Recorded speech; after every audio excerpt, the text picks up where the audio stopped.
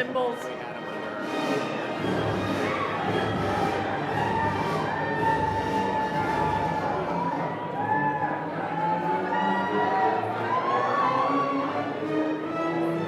We can turn right lane. Good job. Most important thing I've got to do.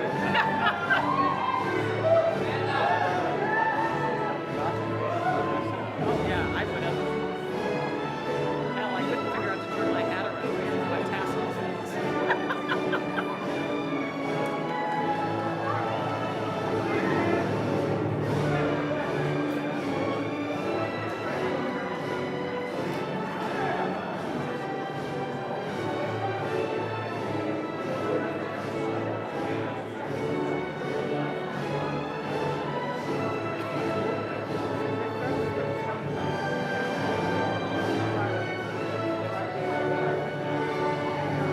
My daughter should play it.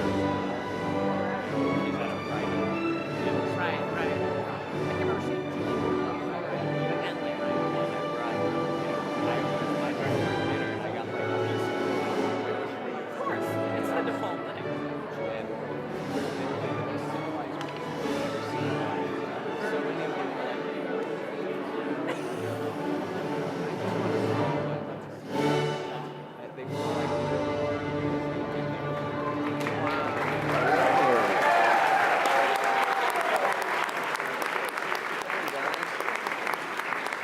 Please sit down.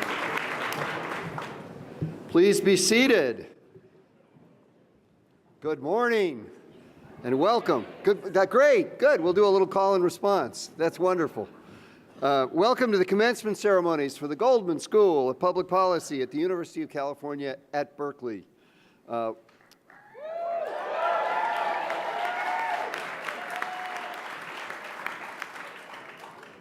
Welcome to the Goldman School faculty behind me here. We're all wearing our colors. This is the time of year where we get to wear robes and have our colors and act like the gang that we are, which is a lot of fun.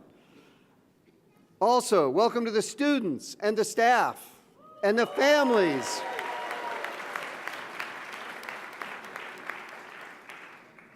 So, my name is Henry Brady. It's my privilege to be the Dean of the Goldman School of Public Policy at the University of California at Berkeley. And today, we're here to honor, celebrate, and to congratulate the Goldman School of Public Policy class of 2014.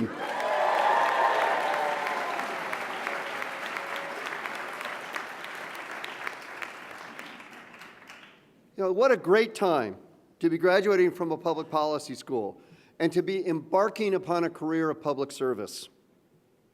Events around the world, a weak government in Ukraine, a feeble and poorly performing government in Nigeria, an autocratic despotism in North Korea, and the ongoing stories of disorder in the Middle East. These events show us how important it is to have governments. Government is good. Government can do good things that can protect and serve their societies, and to have strong nonprofit sector that can provide services for and give voice to people in need. The world needs public servants who can act ethically and who can get things done, and who can provide leadership and innovation. The Goldman School of Public Policy, through its, and I know you're all waiting for me to say this, its tripartite set of goals. The students mock me at the talent show over this. I appreciate it, but this is what we're about. We're about excellence, being the best public policy school in the country, in the world.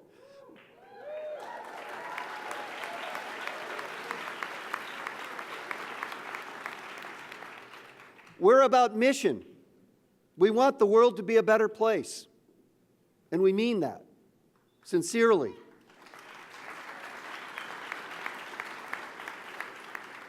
And ultimately, we're about community, because the way that you make a world a better place is to build communities that can help people become better at what they do and what they want to do. And that's what the Goldman School of Public Policy does. And the proof of how well we do it is in what we've already done. Our graduates have been Secretary of Agriculture, California's legislative analyst, ambassador to the Kyrgyz Republic, commissioner of U.S. Public Buildings, president and CEO of the Associated Press, president of the College Access Fund, and it just goes on and on and on. And by the way, many of those are women who have achieved those things, graduates of the public policy program here at Berkeley.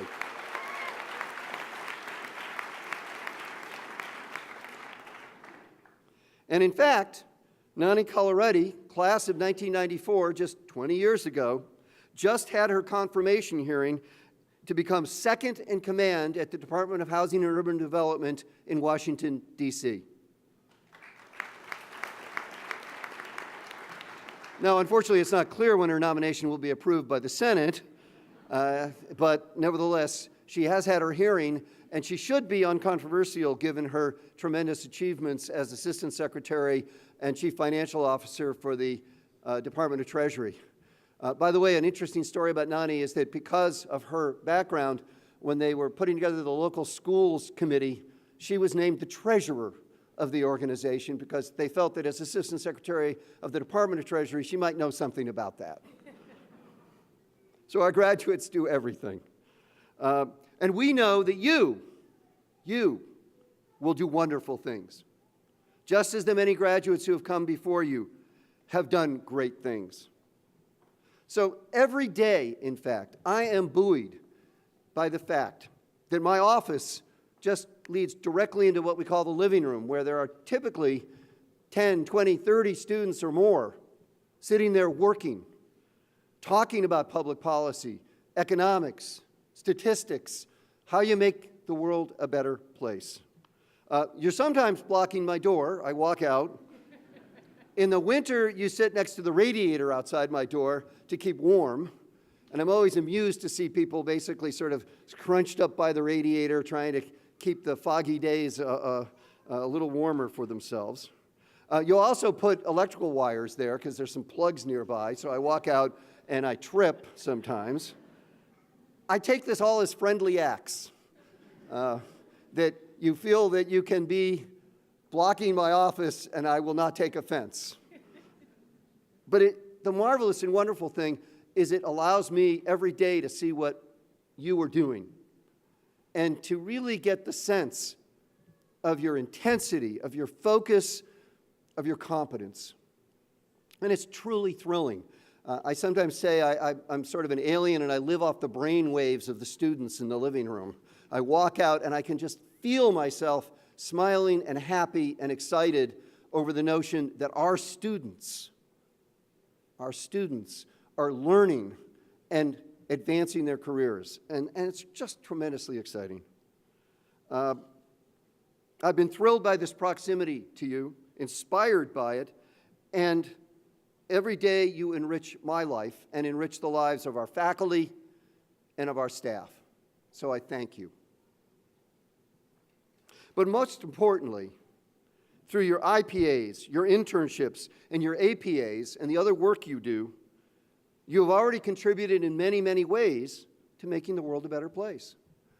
I figure that if they actually paid us for the IPAs and APAs we did each year, that would be about $500,000 in consulting work that we would do every year for the state of California, for cities in California, for the nation, and for the world. That's pretty remarkable. Now, one of the most exciting things about being Dean of the Goldman School of Public Policy is I get to meet you once you become alumni, and you come to some of our events in Washington or Sacramento or San Francisco or Oakland or elsewhere. And so I'm really looking forward to watching you as you go off and do extraordinary things. Nothing could be more important right now than to have dedicated, committed, thoughtful, and immensely talented people who want to solve the world's problems. You are those people. And I feel blessed that I've had the chance to grow with you, to learn from you, and to see you advance over the last 2 years. I'll watch with even greater anticipation as I see you go out and do extraordinary things. So thank you. So, this event means a lot to all of us in different ways, but there's some people who are especially important, and it's not just you, the graduates. It's your families, your spouses, your partners, your children, and the friends who have supported you. So I want to stop and thank them for all that they have done.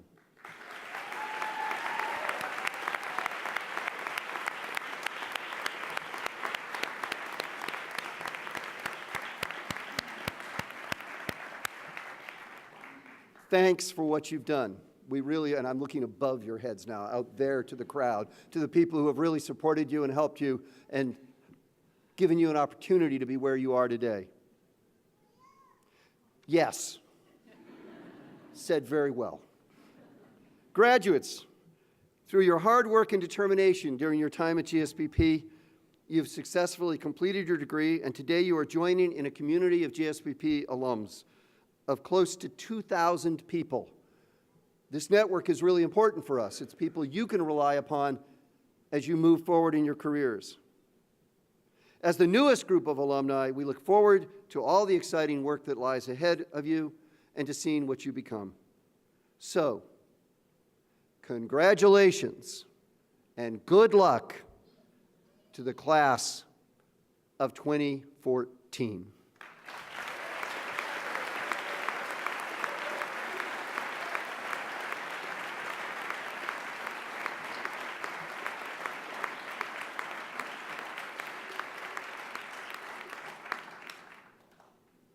So with that, I would like to introduce GSBP alum, Enrique Ruacho, who will say a few words on behalf of the GSBP Alumni Association. In a sense, this is passing on to you, that now you join our alumni. You become folks that have been at the Goldman School and are now going out into the larger world.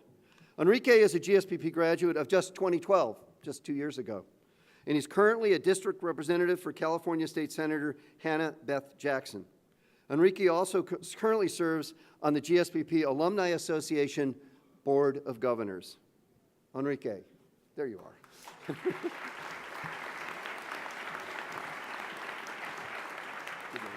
Thanks. Well, thank you very much for that, Dean Brady. I really appreciate it. And I also appreciated some of your jokes, which I think I remember from 2012. But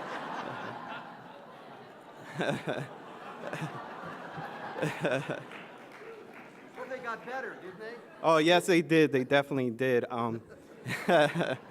Well, good morning, everyone. My name is Enrique Ruacho, and I'm a graduate of the class of 2012. And as Dean Brady said, I'm a district representative for California State Senator Hannah Beth Jackson. She represents Santa Barbara and Ventura counties. And I'm also a member of the GSBP Alumni Association Board of Directors for 2013-2014 academic year.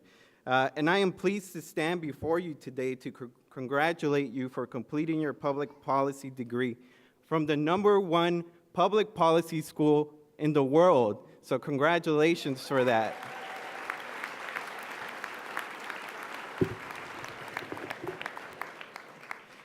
On behalf of the Goldman School alumni community, I officially welcome you to the Goldman School of Public Policy Alumni Association.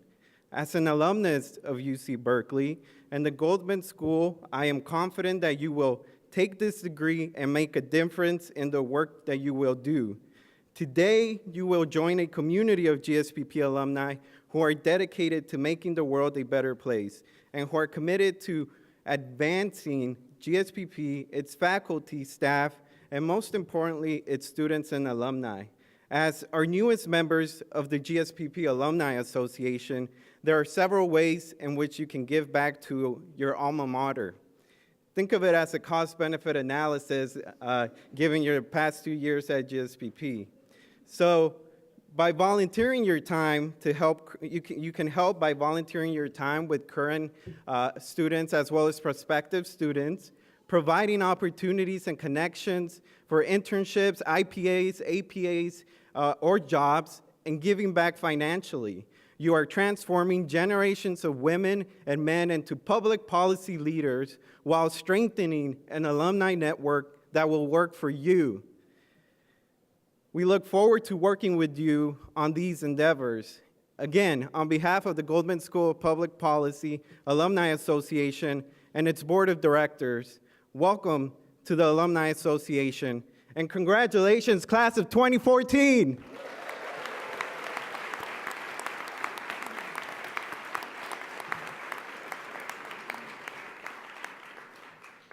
And now it is my pleasure to welcome Van Nguyen to the podium, who was selected by the class of 2014 as this year's student speaker. Van.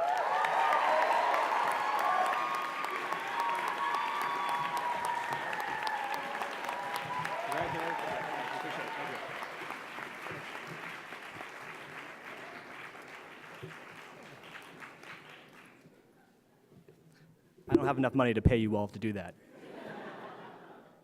Maybe in a couple months after I pay the Alumni Association. This is really cool. Hold on, I'm just gonna take a quick picture because this is it's really cool. Take a quick selfie.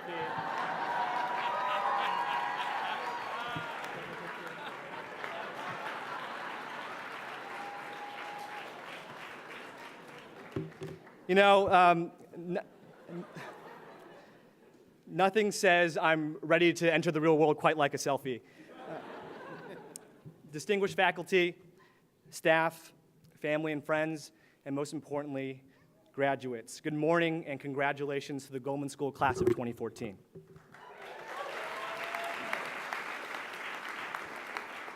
It's truly an honor to have been selected by you to be our class speaker.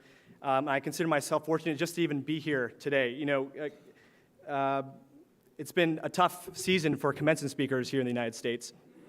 And I want to thank you for not staging a protest for previous controversial positions I've taken in the past. I've never been a big fan of Free Coffee Wednesdays. Yet another example of lavish government handouts. It's true. So all kidding aside, I take my task today very seriously. When I found out 3 weeks ago that I was going to be your class speaker, I prepared with the same intensity that many of you applied to, say, an APA or an important master's thesis. So late last night, I began to write. I slammed a couple Red Bulls, checked my Instagram feed for a couple dozen times, saw Danielle post something on Facebook that got over 100 likes in 20 minutes, watched a YouTube video called Cats Playing with Strings sent to me by Martha Warner. And then I got to work. You know, it's crazy to think that it's just been 2 years. 2 years ago, we were all living in different parts of the world. Our entire future's ahead of us, waiting in anticipation to start school, all of us thrilled to leave our dead-end jobs. And today, just moments away from graduating, we're probably all asking ourselves similar questions.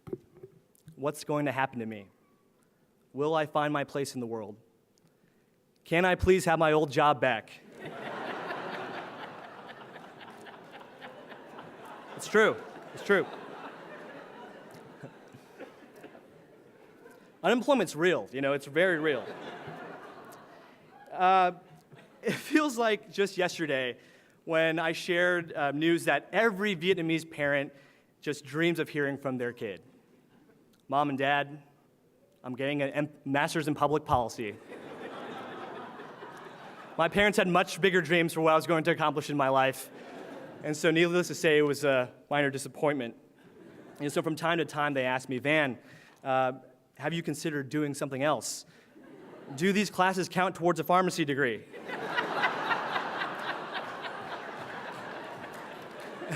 And I get it. Both of my parents are refugees from Vietnam, came over here in 1975. Neither of them graduated from college, and so they have a very traditional view of what success looks like here in America. But when I really think about it, obtaining the skills that a Master's in Public Policy degree offers is probably more important now than it has been the last 50 years.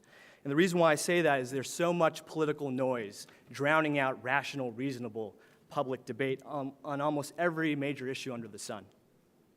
And so it's in these moments that I think we need strategic, courageous public policy professionals like you all to cut through that noise and convey a vision for how we can solve the problems that we face in our society. And in every way, that's what I found here in all of you. When I decided to come back to Cal after 4 years of working in New York and Washington, D.C. at a healthcare union, beyond wanting to develop my own economic and quantitative skill set, I was searching to rekindle my motivation, to renew my spirit, and to be surrounded by people who aspired to do right by the world. I found that spirit here, a spirit that says that even though the challenges that we face are massive, and though the climate to create that change can be oftentimes hostile, and though the odds are most likely stacked against us, we have a group of students here that aspire to live up to the values of this great school and speak truth to power. Because the fact of the matter is, our class, the class of 2014, must be ready and willing to lead. And to me, that's what makes this class so special.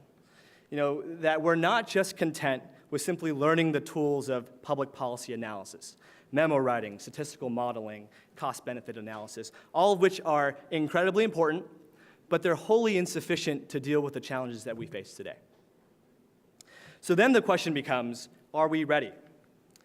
And if I'm being completely honest, there are many times I've felt paralyzed by the anxiety that comes with asking the question, what's the next step? What is my path? Will I make the right choice? What happens if I fall flat on my face? And though there are few certainties in life, all I know for sure is that we will certainly all fail at something, and that's okay. Because you see, graduating from the top policy school in the country, we all have a natural desire to be great at everything we do. And that can oftentimes be a huge strength. But sometimes it can be one of our biggest liabilities. It impedes our ability to take risks, truly lead, and to push ourselves to reach our highest potential. And so I want to, this quote that I heard from Dan Mulhern's leadership class that I took this last semester really crystallized this concept for me. Name any great leader, performer, scientist, athlete, activist, or citizen. Chances are that the crucible of that person's crowning achievement was some distressing crisis, wrenching change, tragic misfortune, or risky venture. Only challenge produces the opportunity for greatness. We will probably have little control over the crises, life-changing moments, or misfortunes that impact our lives. But we do have the ability to not just play it safe, but to choose our own risks and to reach our full potential. Whether it's in government, politics in government, business, or the not-for-profit sector, whether it's here locally in Washington, D.C., or somewhere else in the world, whether it's in the spotlight or some thankless role behind the scenes, I know this class is ready to lead. So here's what I wish for us, the class of 2014. I wish for us both the bad and the good, for both incredible triumphs and miserable failures, to take risks that make us feel uncomfortable, but allow us to live our lives to the fullest. Because when we look back on our lives, if we've taken these risks and learned from them and gotten back up and kept moving forward, I guarantee that we will be as nostalgic for the bad as we are for the good. So on Wednesday night, at our graduation party, which was awesome, it hit me. The tequila shot that I took just moments earlier was a terrible idea. Thank you, Emily Vaughn. You are a terrible instigator. Where are you? There you are. There. Then another thought hit me. It was the realization that our imminent reality, that all of us would probably never be in the same room again, ever again in our lives. And that's just the truth of the matter. We will go on with our lives, meet new friends, establish families, go on to accomplish great things, so on and so forth. And then I began to reflect on what I will actually remember from my time here at GCP. What I will remember and hold most dear are the relationships I've developed over the last 2 years. I will remember the kindness of people like Swati, who spent hours with me helping me learn how to write SAS code to pull out descriptive statistics for my APA. I will remember the true joy I felt when Satoru emailed me to let me know his first son was born. I will remember the generosity of people like Martha, Kari, Jalila, and Cecile, who contribute their time and knowledge to help us pursue our dreams.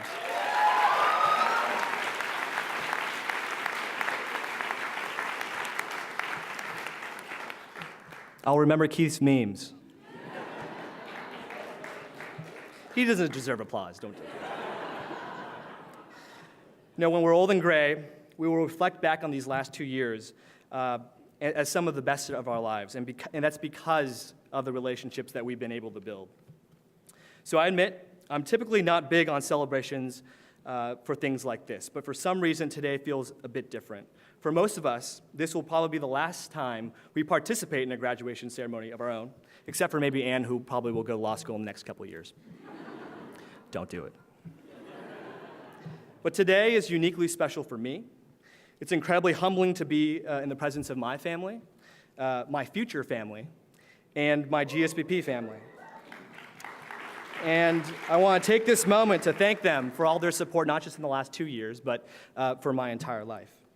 And to the class of 2014, I've enjoyed every minute of this ride with you. Enjoy this day, bask in the beauty of the relationships that you've been able to build the last 2 years, and continue to be bold because that's exactly what this moment demands. Congratulations, class of 2014.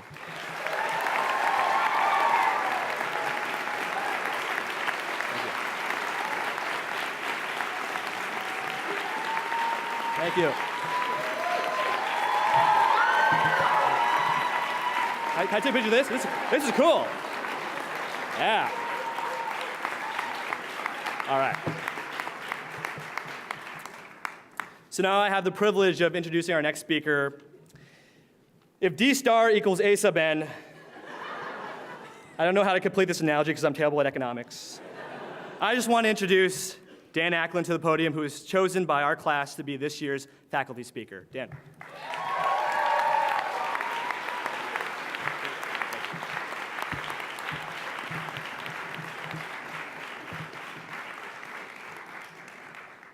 Thank you. MPP class of 2014, congratulations. And Sarah, congratulations.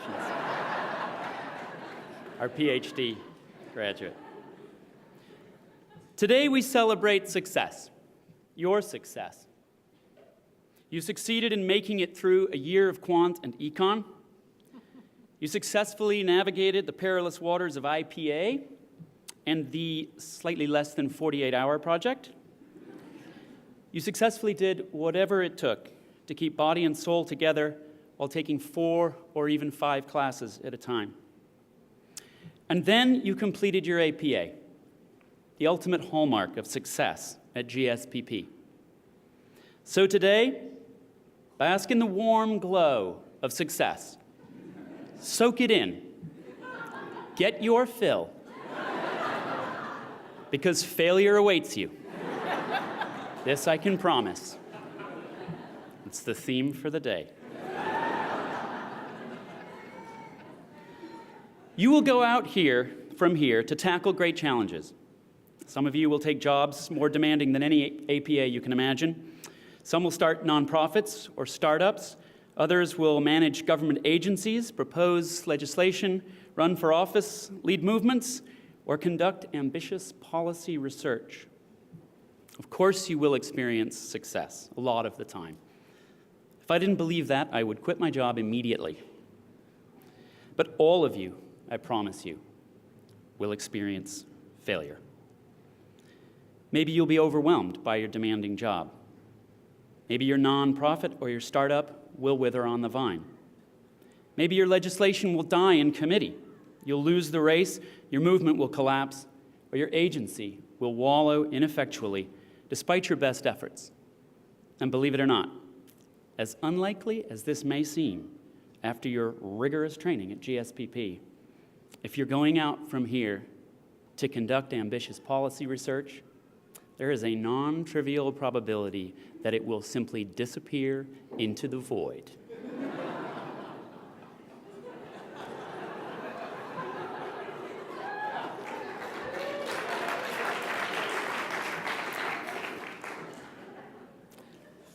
I'm not going to even begin to demonstrate how true that can be with reference to some of the people in this room.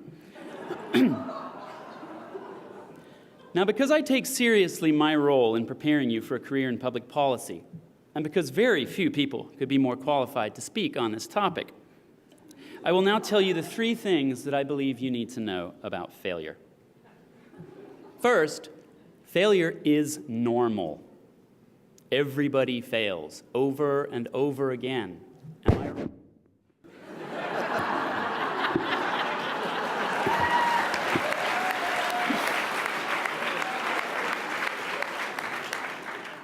Am I right, everybody? Indeed, as you've probably heard before and will certainly soon learn for yourselves, failure is the only avenue to success. You cannot succeed at anything worth doing without failing along the way. If you're failing, it actually means you're doing something right, which is that you're showing up for the challenge. There's only one kind of person who never fails, and that is the person who never tries. So be prepared to fail and embrace it when it happens. You are on the road to success. Second, whether you succeed or fail is actually not up to you, not entirely. It is up to you to try, to take on the challenge, and to do your very best. No one else can do that for you, and it will not happen on its own. But whether or not you succeed depends on many factors that are simply not under your control. Lack of cooperation, institutional inertia, political gridlock, organizational dysfunction, or just the quotidian selfishness of the human species. You will encounter these obstacles on your road to success. Sometimes you will roll right over them, but sometimes they will stop you in your path, frustrate your very best efforts, and cause your endeavors to fail. But this does not mean that you failed. If you show up and do your very best, you have succeeded already. And even if the world does get in your way and blocks your path, you will learn from each failure.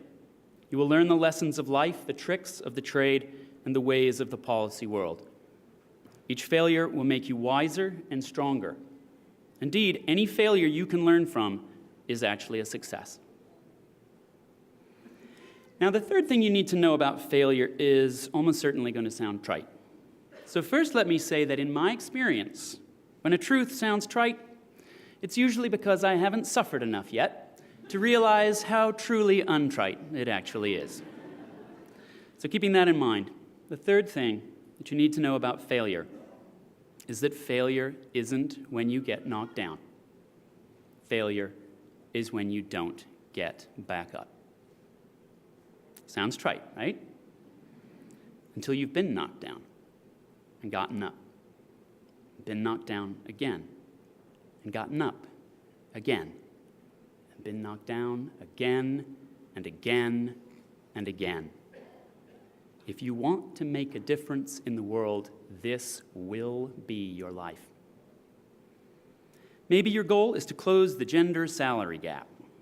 It's starting to look like, in order to get there, we're going to have to change the entire culture of employment so that there are more flexible work arrangements available in all occupations, and the big money doesn't always go to people who are willing to work 80 hours a week. Anybody want to conjecture how much failure there is down that road to success? What about the de facto apartheid regime we've turned our criminal justice system into? I'm afraid there's still an awful lot of failure down that road, Eric Holder notwithstanding.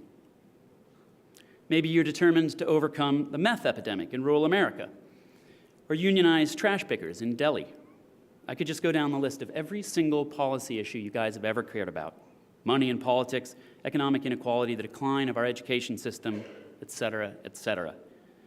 You're setting off down some very rough roads. You will get knocked down. That's not failure. Only if you give up will you have failed. But you don't get to give up, because you now belong to GSPP, and we don't give up. It's not the GSPP brand. Are we clear on that? More importantly, you don't want to give up. There will be days when you forget this. There'll be days when the best idea you can come up with is to lie down on the floor and sob yourself into exhaustion. You will tell yourself that nothing is working, that you've completely failed, and that you want to give up. This, by the way, is also normal. I know this because it's happened to me so many times that I eventually had to ask my therapist, is this in fact normal? Yep, turns out it's normal. But it isn't true. You don't want to give up. You have to teach yourself to remember this. You didn't want to give up last week, and you will not want to give up this time next week. So let yourself lie down on the floor for a minute those times. Take a rest, flush out your ducts. By all means, have a good old cry. But then get up and get going again. You are on the road to success. And we're on it with you. Everyone in this room is here for you. You have your family and friends to turn to when you need to be lifted up and dusted off. And I think I can speak for all of us on this stage when I say that your diploma comes with a lifetime of free customer support. Call us up. Send us an email. I'm serious. We've got your back. And you've got each other and all the MPPs who come before you. As of today, you are GSPP alums, which means you're part of a rich network of support. They've got your back too. And believe it or not, with very few exceptions, the people you are going out into the world to work with will be human beings as well. And you will be surprised how much support you can get from ordinary human beings by just asking for it. So get out there and tackle those challenges. Show up and do your best. And for God's sake, hurry up and get knocked down a few times. But always get back up. Every time you do, congratulations. You're on the road to success.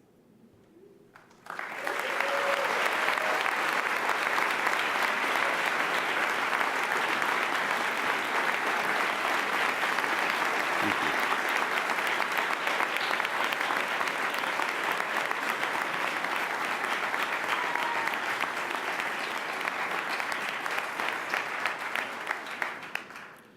Now it's my pleasure to introduce a couple of students who are going to present the class of 2014 class gift to the school.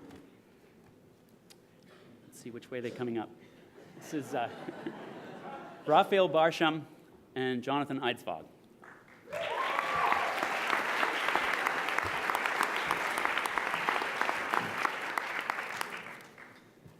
Good morning. We are the class of 2014 class gift committee, especially for those of you who haven't read your email in 2 months. But way back in the earlier part of this year, our class voted to devote our gift to scholarship funding to help future students attend the Goldman School and get as much from it as we have. So as a class, we've donated $2,505, including supporting matching funds. That total amount raised is $7,835.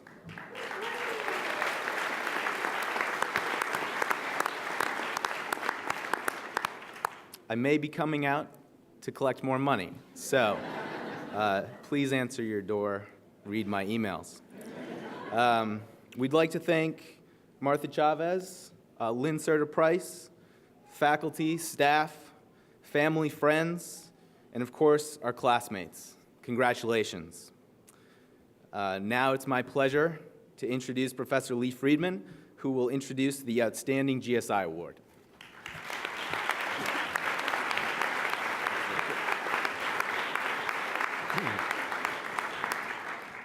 Good morning and welcome everybody, and congratulations to our about to be graduating class and to their families and loved ones. My name is Lee Friedman. I teach the core graduate class in microeconomics, as well as some elective seminars for the students. I was asked to present one of the awards for the Outstanding Graduate Student Instructor this year. We have 2 awards. Departments make nominations to the Central Campus, and then the Central Campus decides who gets the award. So we're very fortunate that we have 2 out of some more than 30 graduate student instructors that work for us and really do wonderful, wonderful work. I'm pleased to present the first Outstanding GSI Award to Daniel Baker, who was a GSI in the microeconomics course. Daniel, if you would please come to the stage. This course is, of course, a very important course. It's taken by all first-year graduate students, and it has a lot of impact in terms of what they will do with their lives. So we like to get it right, and it's especially nice when you have outstanding graduate student instructors who can help get that right. I've also had the privilege not of just working with Daniel, but I've had him in several of my courses. In one of the courses, he was interested in the stability of preferences. We try to train all of our graduates to serve the people, to have government serve the people, and do it well. And sometimes we have a conundrum when people want different things. They change their minds, they change what they want, and we don't always know about it so fast. So we worry about the stability of these preferences. Well, one of the preferences that's been stable, and that I'm very happy about that it's been stable, has been Daniel's preference to be and to enroll in the PhD program. He knew that he wanted to do that 1 year before he came to GSPP. He's worked assiduously at it. He continues to have that stable preference, and he has been admitted to the PhD program, and he will be staying on.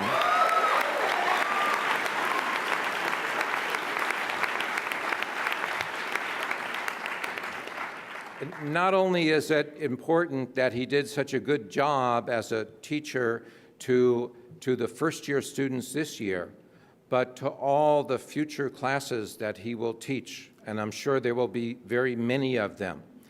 It's not easy to be a good teacher. You have to have not only a command of the material itself and know that cold, but you have to be able to understand how your students think about that material, because what you're trying to teach is them to think about the material and use it on their own. And Daniel has the characteristic that he's a very good listener, he's very perceptive about other people's thoughts, and that helps him to be the outstanding teacher that he is. So Daniel, let me find your plaque and congratulate you.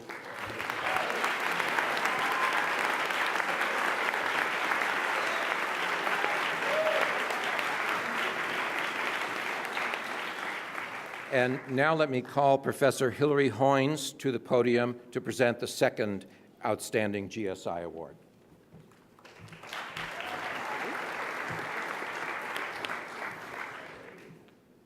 Welcome, everybody, once again, 2014 graduates to be and family and friends.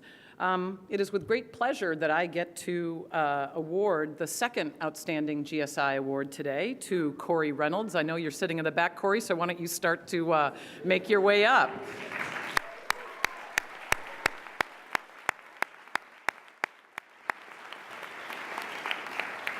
So despite the fact that we're all here for the main event of the Master's in Public Policy program and PhD program at the Goldman School, we've got another operation that goes on at the school that is large and thriving and oversubscribed, and that is our undergraduate minor in public policy here at Berkeley. It's a very popular minor program, and it attracts students from really across the campus in terms of their majors. And I had the great pleasure in my first year here at the Goldman School to teach in the public policy minor, and in particular, the core kind of gateway course known as PP 101, or Introduction to Public Policy Analysis. And this is the one required course for the undergraduate minor.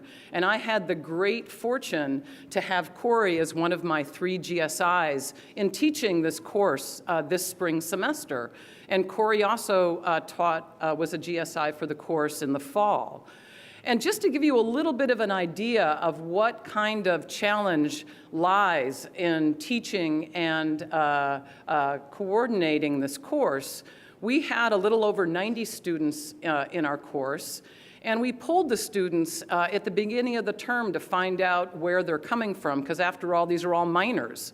And we had about more than 20 different majors represented in our class of 91 students. These students came from political science, political economy, economics, peace and conflict studies, philosophy, sociology, all the way to biology, molecular and cell biology, public health, and so on. About half of the students hadn't had any economics since high school, and that, given my background in economics, was really the analytical core for the course.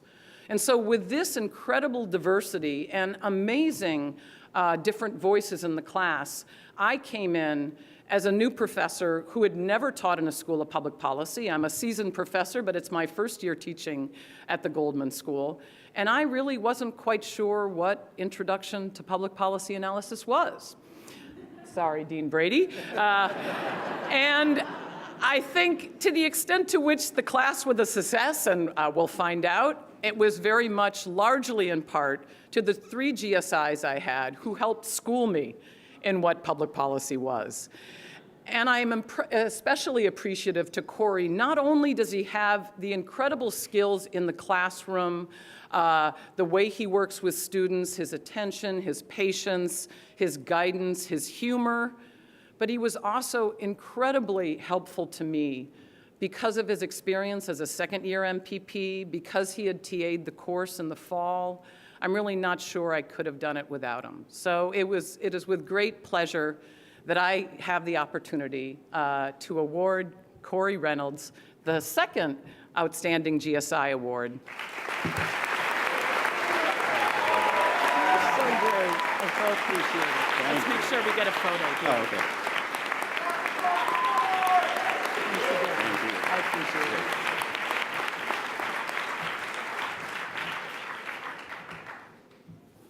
Good morning, everybody. My name's Stephen Raphael. I'm a professor here at the Goldman School. Every year, our MPP graduates, who are in their second year of the program, they perform a capstone master's thesis, which is often a consulting project for a real client, where real clients from government, from nonprofits, and various other organizations identify problems, and our students work on them. They actually do amazing, amazing reports. If you look through your program in front of you, you'll find a list of the titles that each one of the students have completed for this particular year, and you just read through them, and it's frankly amazing the things they do. It's great because we interact quite a bit as professors in our scholarly work with government officials, and they're always really happy, and we could just take credit. You know, we touch everything we know. So it's really a wonderful program.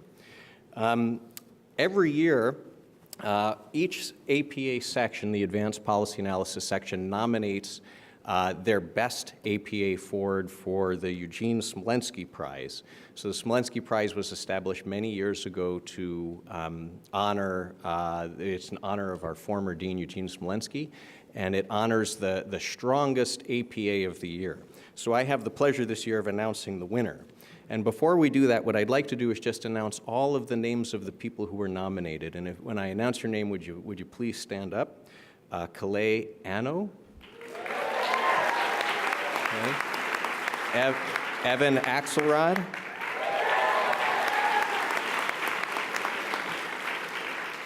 Marinella Boyagiev. Kate Daniel.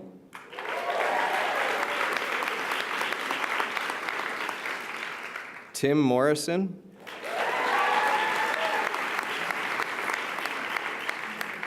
Anna Skodel. And Tara Zhang. And I am pleased to announce that this year's winner of the Smolensky Prize for Outstanding Advanced Policy Analysis is Rebecca Tublitz.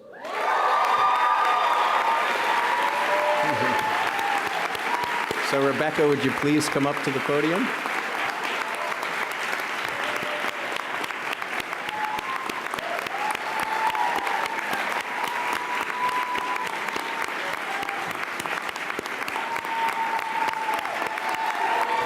You gotta stay there a minute.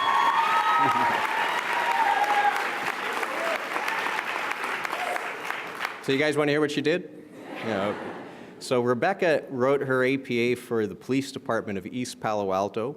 For those of you from the area, you probably know where East Palo Alto is, but it's a very small city in the Bay Area that has one of the highest violent crime rates and the highest rates of unlawful gun carrying and gun shooting and violent incidents such as that in the area. The East Palo Alto Police Department started a new program called Fit Zones, where they identified the 2 spots in the city that had the highest incidence of gunshots. And they basically started a program where the police would hold classes in the park, they would have Zumba classes, they would have nutrition classes, and various activities that got the community and the police to interact with one another in a way that sort of built community and didn't involve simply enforcing the law. Rebecca was asked to evaluate whether it worked. The principal aim of the program was to reduce illegal gunshots. She managed to get data that identified every single gunshot in the city from these audible detectors that would pinpoint gunshots in terms of time and space with geographic coordinates. She did a very, very sophisticated analysis of what happened to gunshots in the neighborhoods of these fit zones, and then what happened to gunshots in the neighborhoods outside the neighborhoods of these fit zones to essentially see if illegal activity was displaced to other areas. And actually found an impact, right? That this, at least for one of the fit zones, that this particular intervention, which wasn't a law enforcement intervention, was quite effective at reducing gunshots in this city. So it was a fantastic project, and it was a pleasure to work with Rebecca, and I'm going to be happy to take credit for you later on. So please, Rebecca. We're going to take a picture with her.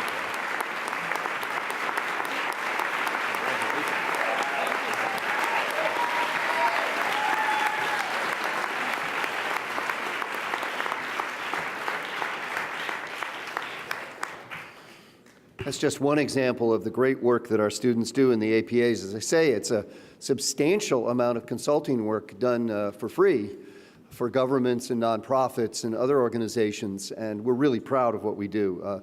Indeed, I remember about 2 years ago, I was talking to people from the legislature about how we'd like to build stronger relationships with them and help them do more APA kind of work.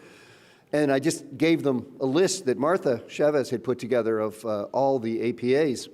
And they started looking at it and they said, well, I want that. And they started checking ones. Can you get me copies of these things?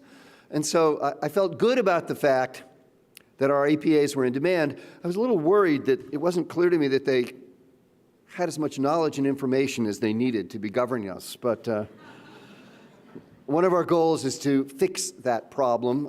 Term limits haven't helped.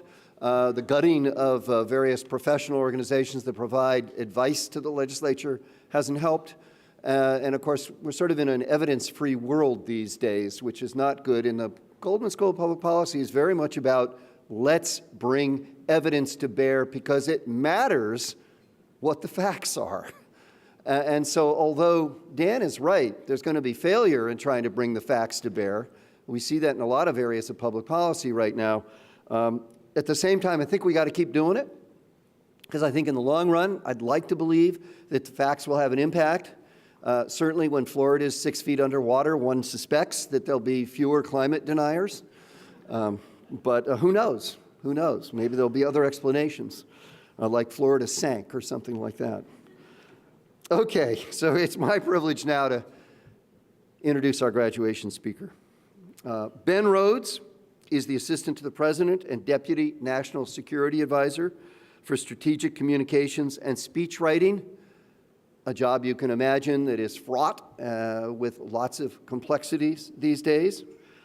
He oversees President Obama's national security communications, speech writing, and global engagement. He has traveled with the president in various places. So the president has gone abroad and made speeches and talked with world leaders. So he's had some extraordinary experiences through those trips. Previously, he served as deputy director of the White House speech writing, and he was a senior speechwriter for the Obama campaign. So he's been with the Obama campaign since very, very early, going back to before Obama was elected president in 2008. And prior to joining Obama, he worked for several years as special assistant to Lee Hamilton. Lee Hamilton may not be well known on this coast, but he was a member of Congress, and he's one of those members of Congress I wish we had a lot more of. An exceptionally knowledgeable, exceptionally talented guy who really brought evidence, knowledge, information to bear on public policy. So Ben Rhodes worked with him at the Wilson Center in Washington, D.C. There, he helped draft the Iraq Study Group report, which Lee Hamilton was involved with, and the recommendations of the 9/11 Commission. He is co-author with Lee Hamilton and Tom Keene of Without Precedent, the inside story of the 9/11 Commission. So he's really dealt with some of the fundamental issues, 9/11, Iraq, and now all the issues confronting the Obama White House, the fundamental national security and international issues confronting the world and the Obama administration. He's a native of New York City. He has a BA from Rice University, so he knows Texas as well as the East Coast, and has an MFA from New York University, where he actually learned to write fiction. And I think he's going to tell you a little bit about how that maybe is different than what he does now, which is try to communicate the president's perspective, which some people might want to pretend or presume is fiction, but in fact, I imagine that he's trying really, really hard to provide the evidence and the information that we all need to actually understand the world. Thank you, Ben Rhodes, for coming here, and welcome.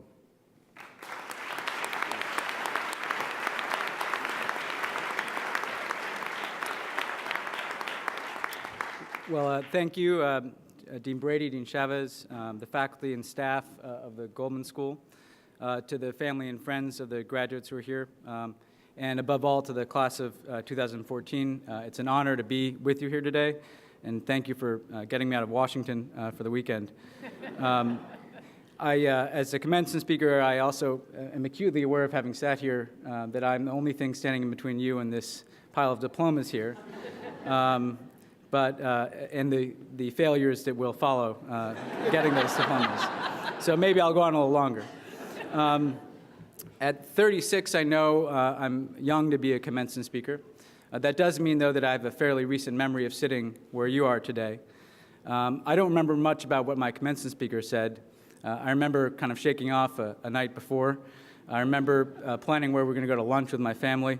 And I remember wondering what on earth I was going to do with the rest of my life. I can't help on the first two, so I'll focus my time on the third. Usually, I work on speeches like this for President Obama. So the most natural thing for me to do would be to tell you about how, when I left school, I packed up my car and moved to the south side of Chicago to be a community organizer. I can't use that story today. It's too bad because it works every time. But I'll share a few thoughts rooted in my own experience. Because I've had the profound honor, really, of working in the White House and at a young age, I do often try to meet with students who come to town, and public policy students in particular. And they walk into my office, which is in the West Wing, but it's one of those windowless offices like you always look forward to occupying. And I notice that their eyes often turn to a photograph on the wall while they're talking to me, and it's a photograph of me with then Senator Obama and Dennis McDonough, who's now the White House Chief of Staff, on the first day that I worked for then Senator Obama in early 2007. And I kind of see what they're thinking as they look back and forth at the photo and me. The president has that dark hair of the campaign posters of 2008. Dennis has dark hair. I have hair. And a lot's changed for the three of us in the years since. But today I get to wear a hat, so that's a good thing. But that wear and tear has, of course, been worth it. And so with the rest of my time, I'll answer the question that students most ask me, which is, what kind of plan should they have when they leave school and pursue careers in this field? And I'll just make 5 brief points. The first point is, don't have a plan. Plans sometimes work for public policy, sometimes they don't. But in life, sticking to a plan limits your options. It tends to rule out risk-taking, and no plan can account for luck, which you're going to need, and bad luck, which is going to come as well. So from love to work, you'll find that so many of the best things that you'll encounter in life are unplanned, and you have to see where those things take you, and you have to get up, of course, after the inevitable failure. The second point is to connect your story to the wider world. In some ways, you made that choice by focusing on policy. When I was in grad school, as was said, I got a master's in fiction writing, which does provide endless material for critics of the president and critics of myself. If you Google me, you'll find that. But in addition to going to class when I was at grad school, I had jobs teaching community college, working as a researcher for CBS Sports, giving out free shots of Jägermeister in bars. They did pay for that. But also working on local political campaigns. So I had lots of different interests, and I didn't know exactly where I was going to go.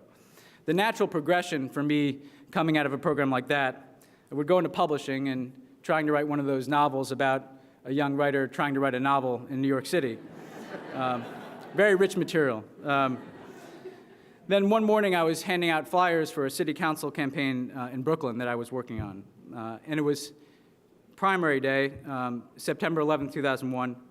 And from where I was on the Brooklyn waterfront, I saw the second plane hit and the first tower fall. And suddenly my little world got a lot bigger.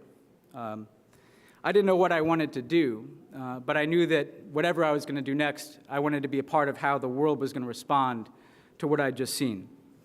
And for me, that choice, that sense of the world opening up for me, made all the difference. It led me down to offices in Washington where I tried to talk my way into jobs as a writer for foreign policy magazines. That didn't work, but one of those editors was nice enough and wise enough to tell me that if I wanted to write and learn about foreign policy, I should become a speechwriter, something that until that moment had never even occurred to me. And that's what led me to Lee Hamilton. So it may not be something as dramatic as 9/11, but every day there are changes that are remaking our world, that are moving us towards war or towards peace, that are breakthroughs in everything from healthcare policy to urban planning to fighting crime, to the new demands that come from transformative change in technology or the climate. In your world, your opportunities will be a lot bigger if you figure out how to connect your story to those events that are taking place around you. The third point is to find your own voice, which is an easy thing for a speechwriter to say. But let me try to explain that a little bit by telling you a story about a speech. And that's a speech that President Obama delivered the night of the New Hampshire primary in 2008. And you have to remember the time we had won Iowa, we were way up in New Hampshire. So we pulled together all of the different messages of that campaign and tried to distill it into the core of the message. And then we concluded the speech with a call and response using then Senator Obama's 2004 slogan, "Yes, we can." Normally you write 2 speeches for an election night. A losing speech and a victory speech. But we didn't bother with the losing speech because we were so far up in the polls. We had it locked up. Then he lost. It was too late to write a new speech, so we just changed the first line of the speech to congratulate Hillary Clinton for her hard-fought victory, and we kept the rest of the speech the same. And you know what? It was better as a losing speech because it was all about overcoming long odds. Now, why did it work? Putting aside the Will I Am video. It had nothing to do with speechwriters, really, because what I always tell people is if you close your eyes and you imagine any other political figure delivering the same speech, Bill Clinton or Ronald Reagan or Jesse Jackson or John Kerry, it wouldn't work at all. But by January of 2008, Barack Obama had his own voice and his own message. It set him apart from other people, and it carried him, and probably, into the White House. So why is this relevant to you? Well, no matter what you choose to do, you're going to need your own voice. You're going to have to find what makes you different from everybody else. You are graduating from the #1 public policy graduate school in the country and the world. But a whole bunch of people graduated from here last year.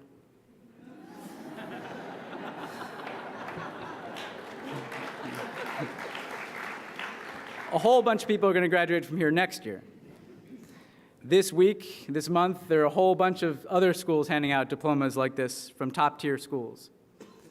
So you have to figure out what's going to make you different from those people.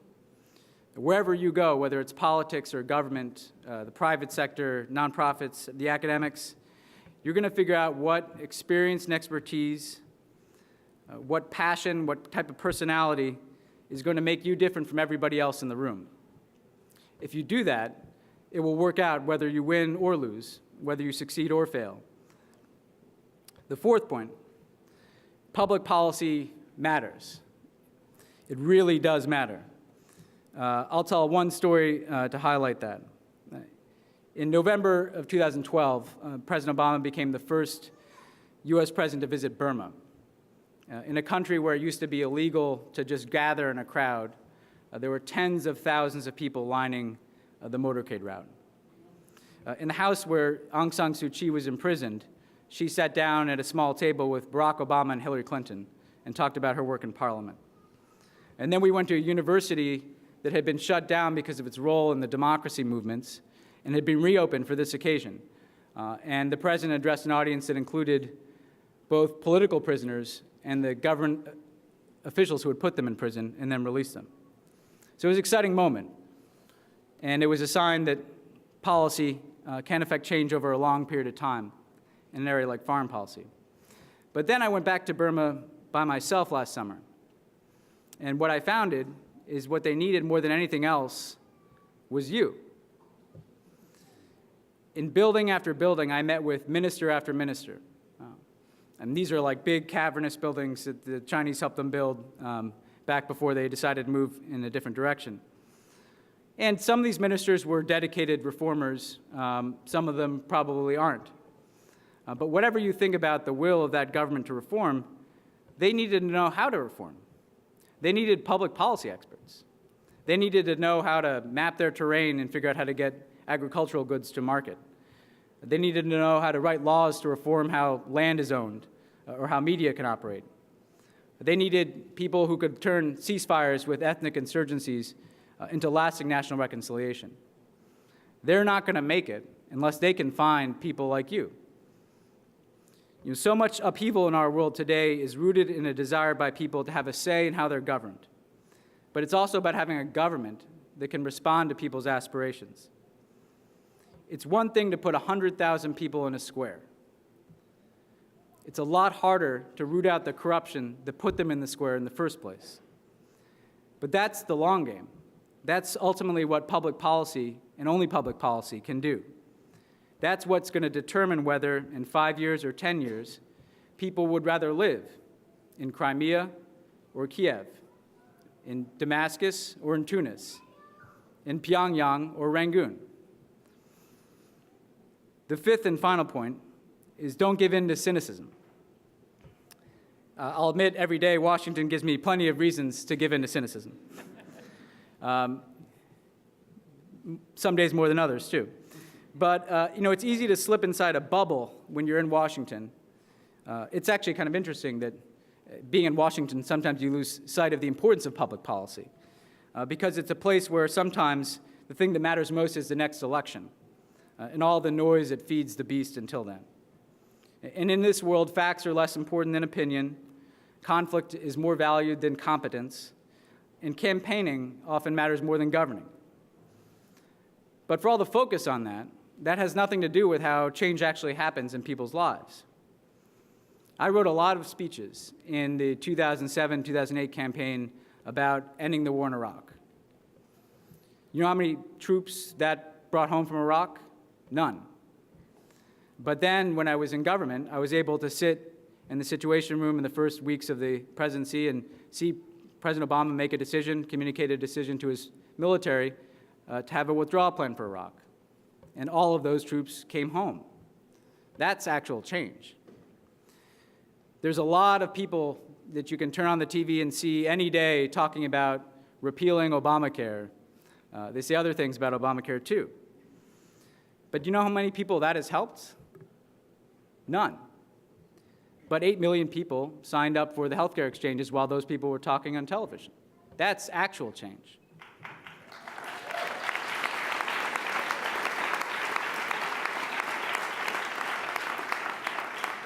So you just have to remind yourself that there's the noise and then there's the actual work of public policy. We were talking about climate change, and you still have, Washington is one of the few places in the world where it's still controversial to acknowledge that human beings might have something to do with climate change. For all that noise, even as there's difficulties in Congress, the president is now looking at ways, again, of reforming how we use coal-fired power plants, how we finance our energy sector, how we develop clean energy. You can make change even when the environment around it can seem to be frustrating and disappointing and let you down. And this extends far beyond the kind of big headline issues that people focus on a lot. You know, one of the things I get to do in my job is work on our public diplomacy and our education exchange programs. These are not things that get headlines. But it's amazing to see how they can change lives. In 2009, for instance, President Obama decided to send more English language teachers to villages in Malaysia. When I traveled to Malaysia last year, first of all, these teachers were like professional athletes in the Malaysian media. People knew where they were, and they were kind of celebrated for what they were doing. So I knew the program was a success, but I got to sit down and meet with some of those teachers and their students.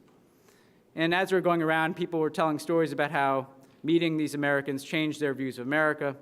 There was one kind of student who looked like I wasn't sure that he was happy to be there. You know, he was kind of staring at the table, and I wasn't sure what he was going to say when it was his turn. He was a teenager. It's a difficult phase, or at least it was for me. When it got to him, I asked him, what did you get out of this experience? And other people had told long stories, and he just said, courage. And then I looked over at his teacher, and I said, well, what are you going to miss about this young woman who's been your teacher? And he kind of looked down at the table, and he said, her smile.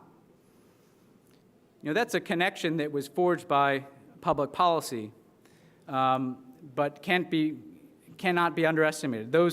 The accumulation of all of those types of activities add up to something much bigger that can't even be quantifiable even with the best cost-effective analysis. Half a world away in Benin, there was a young woman named Kate Puzi who was like that teacher. Kate was a Peace Corps volunteer. In a blog, she wrote about teaching 22 girls about self-confidence, good decision-making, family planning, women's health, conflict resolution, and healthy communications. Within a few months of that time, she was murdered after she courageously reported that she thought children were being abused at a school where she worked. Kate's family decided to make sure that other Peace Corps volunteers had greater protections than she had. So there are clear guidelines for dealing with assaults, and volunteers who report crimes have the confidentiality they deserve.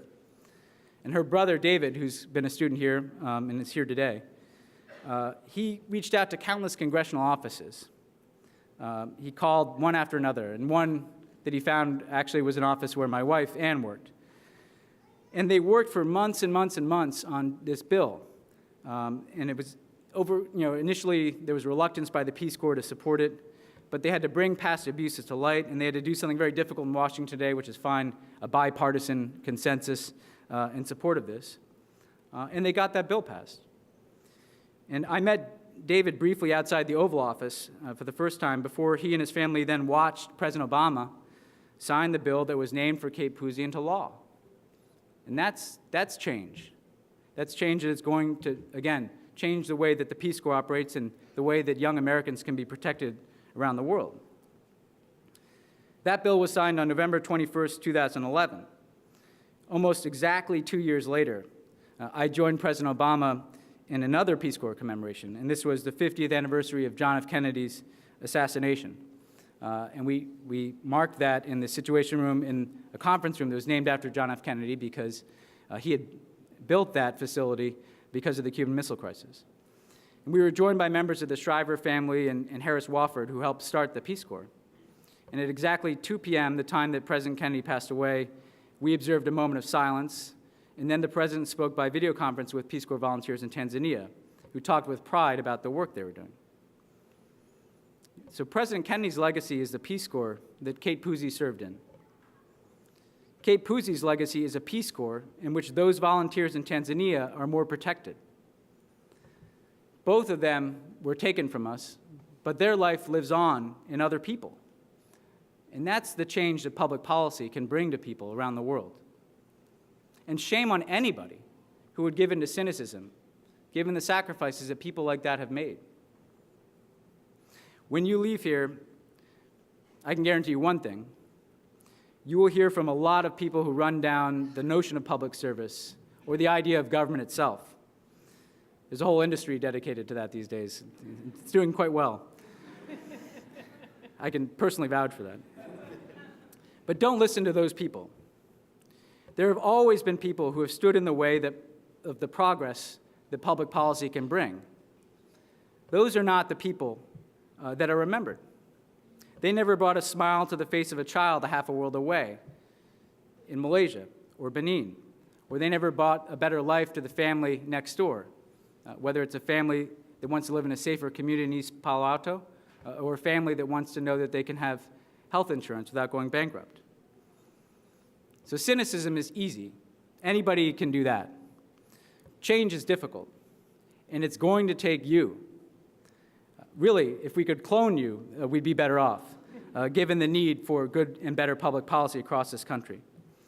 So my advice before you take this piece of paper is never forget what made you care about these issues in the first place. Connect your story to something bigger that is going on around you.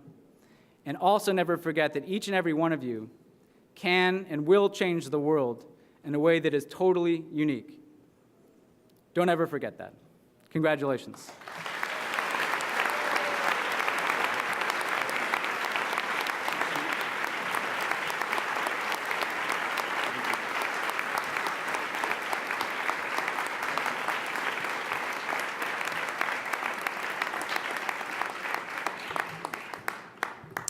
So one of the greatest honors that we have as faculty members is to award the PhD degree to some of the best young minds in the country that happen to come here at Berkeley. So we have one PhD today. Sarah Tahamant, would you please come up to the stage?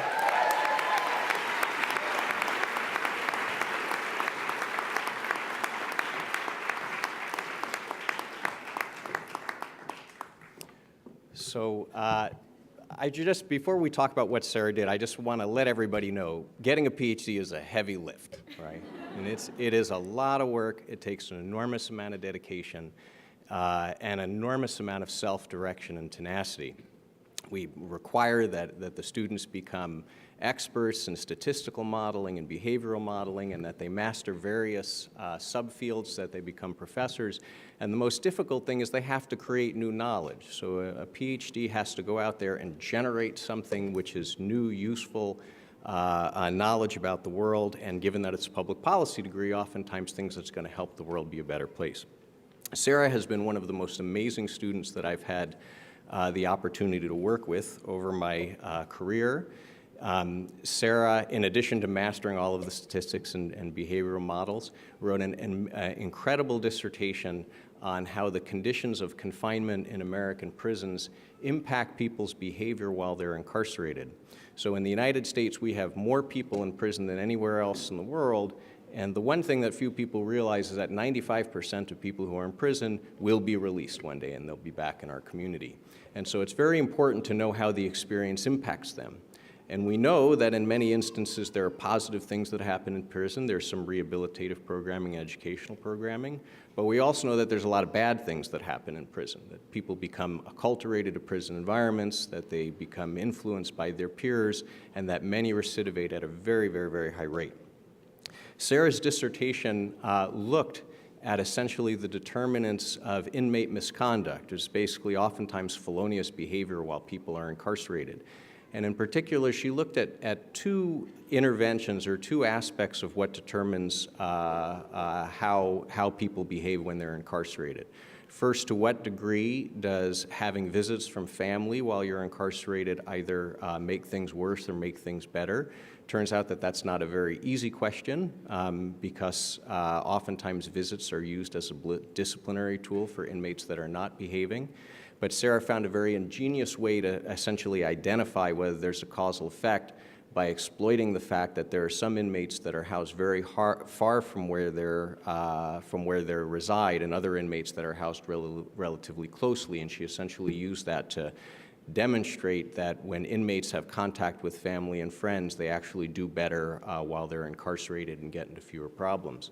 The second part of Sarah's dissertation was Sarah did several in-depth analysis of the inmate classification system for the state of California that was essentially aimed at trying to understand how your peers in prison impact the likelihood that you get into trouble while you're incarcerated. And this was a truly Herculean undertaking that involved visiting prisons, looking at administrative data, working with correctional staff, and actually the Secretary of the Department of Corrections for the state, and ultimately resulted in research that actually changed the way things are done in the state for the better and probably afforded more freedoms to inmates who were well behaved. So it was an excellent dissertation and has already had a lot of impact in the policy world. While she was doing this, she was also a professor in the San Quentin Prison University project and was an active teacher the entire 4 years she was here. So she was just an amazing student, did excellent work, knew what she was studying, both on a personal level and both as a statistician and a behavioral researcher, and really wrote a fantastic dissertation. So let's get on with the hooding then. Okay, so come on up.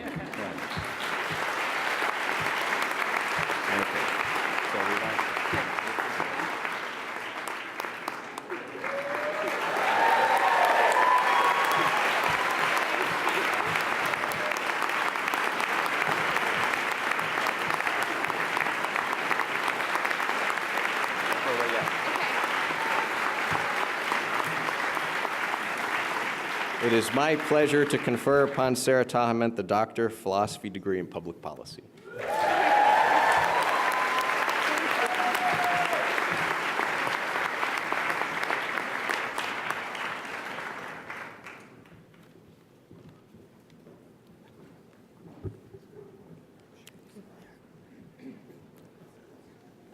Martha's really in charge.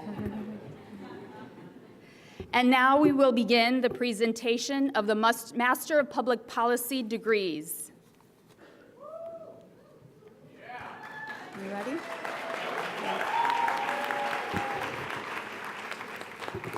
India Alarcón.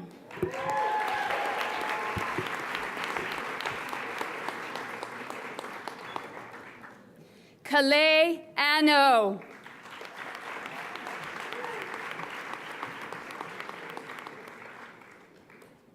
Evan Axelrad.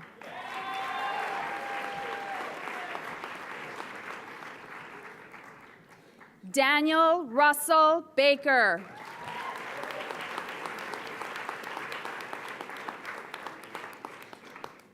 Raphael Barsham.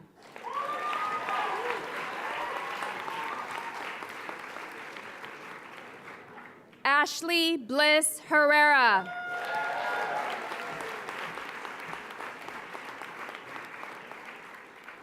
Muranella Boya Giev.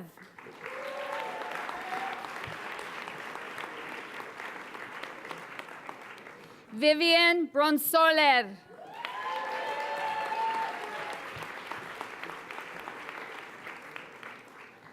Joaquin Carbonell.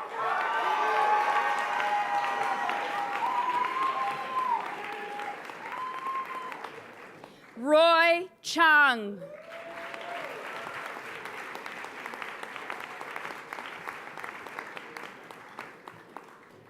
Ashley Elizabeth Clark.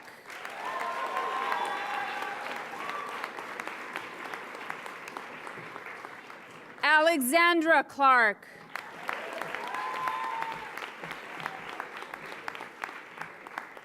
Antoine Cherie Camo.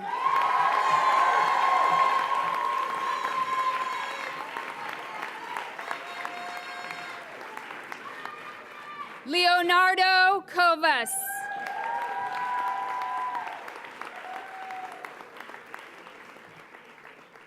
Matan Crichton.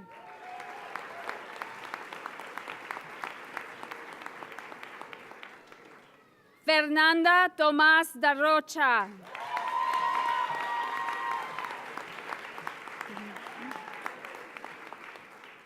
Kate Daniel.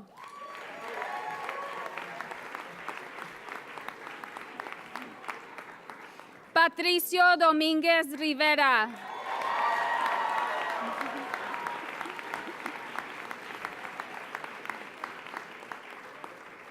Danielle T. Yuang.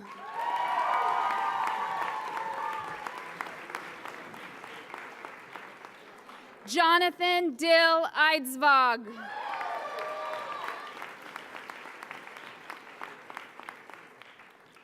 Mary Claire Evans.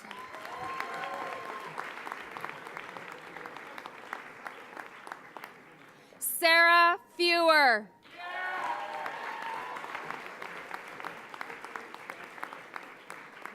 Chad Freischman.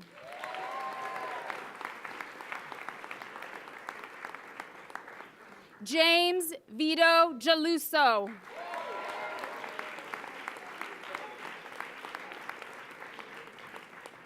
Courtney Gill.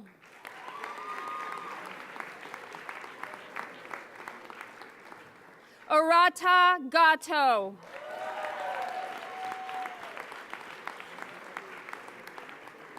Shilpa Grover.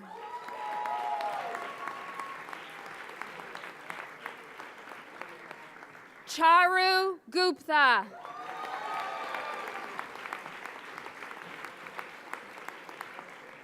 Rahim Hanifa.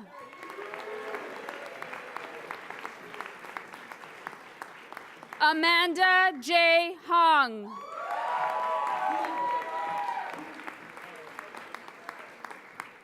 Suchin Jain.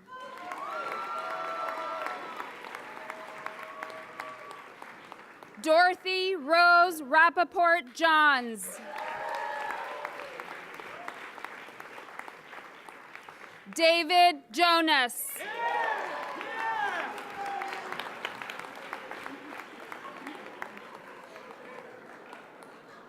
Chelsea Kelleher.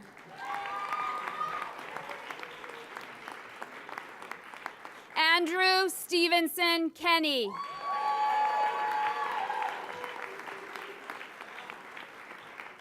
Kelly Jean Kirkpatrick.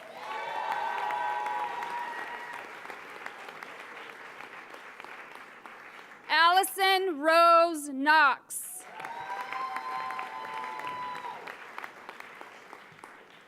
Paynham Lee.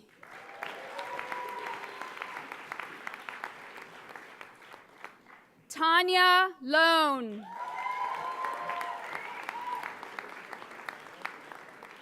Morgan Linnea Matthews.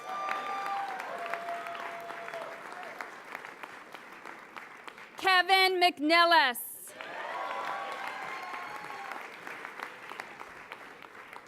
Saki Mizuroki.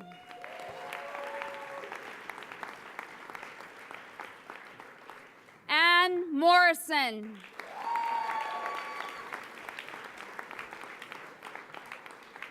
Tim Morrison.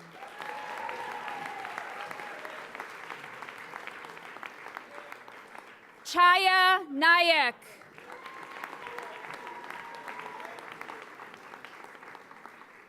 Keith Nevitt.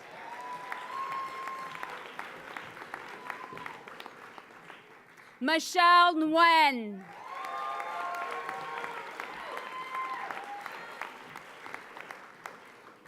Van Nguyen.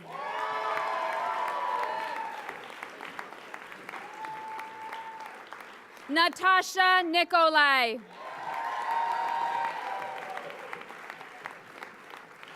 Shireen Panahande.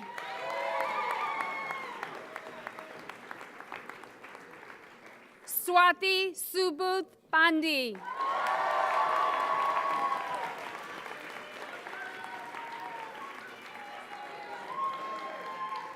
Kandaswamy Paramasavan.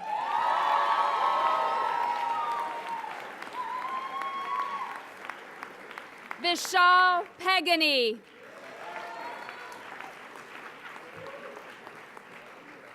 Christina Jade Pena.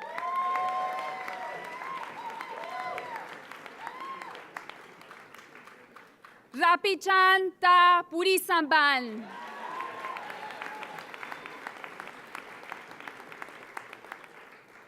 Ana Raskiza.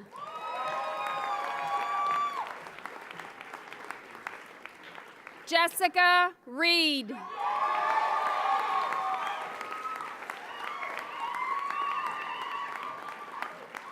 Corey Reynolds.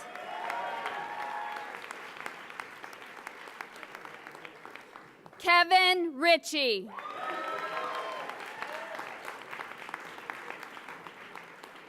Carolina Rivera Vasquez.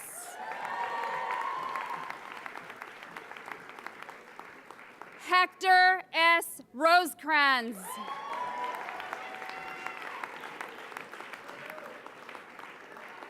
Anna Scodell.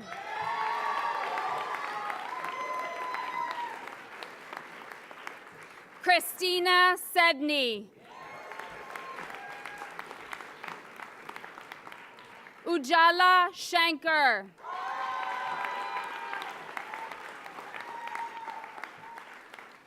Shahoye Shojai.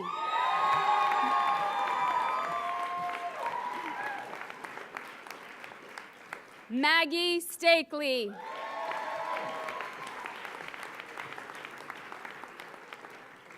Lul Tesfai.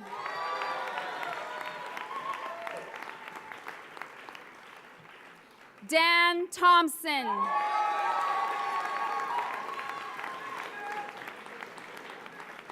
Rebecca Tublitz.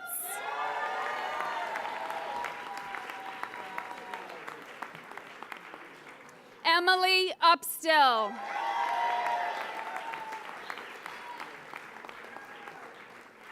Olivia Von Nieuwenhuizen.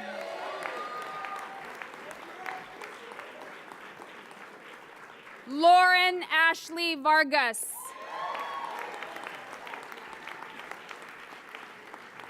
Emily Vaughn.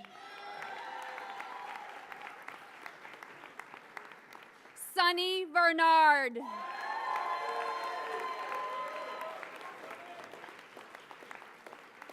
David Weishar.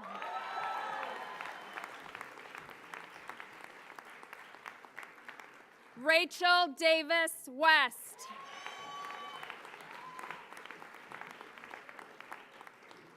Satoru Yasuraoka.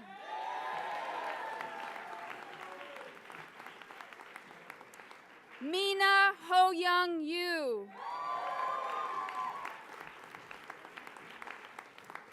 Sarah Yuen Linville.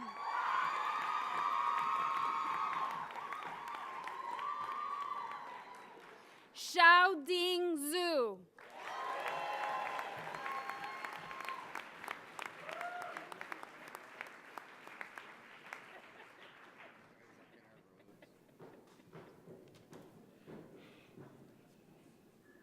Well, have courage, everybody. We're almost finished. That's an important point, by the way. I really think courage is one of the fundamental things that good public policy analysts and leaders in the public sector need these days. You've heard people talk about failure today. You've heard them talk about how tough it is to get things done. But what you need is courage. 2 years ago, I was in China, in Taiwan, actually, and I met with somebody who had been through one of our executive programs. He's a doctor. He's now running a hospital. He had decided to help save a leper colony in Taiwan, the only one left that was at risk of being closed because of a metro station that was going to go through that area. And he managed to do that. And I asked him, well, what did you learn when you came to our program? What was it you got out of it? And he said, courage. And that really is an important thing. Have the courage to take risks. Have the courage to try to do things that you're not even sure you could possibly do. Choose to try to do really hard things. That's what I think distinguishes Goldman School graduates. And I'm hoping we helped give you the basis to have that courage, because you have learned how to think about public policy and how to implement public policy, I hope you have the courage to say, why not? Let's try it. Maybe we can get it done. And if we do, it'll be wonderful. So, with that, I ask the graduates to stand.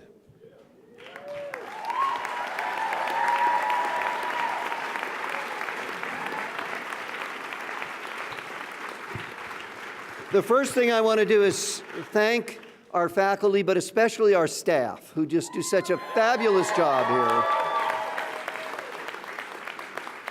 for this event and for all the other wonderful things they do for us. So thank you to them. But now I get to say the one official thing I get to do every year. It's really wonderful. By virtue of the authority vested in me by the President and Regents of the University of California, I grant you this degree from the Goldman School of Public Policy. Congratulations.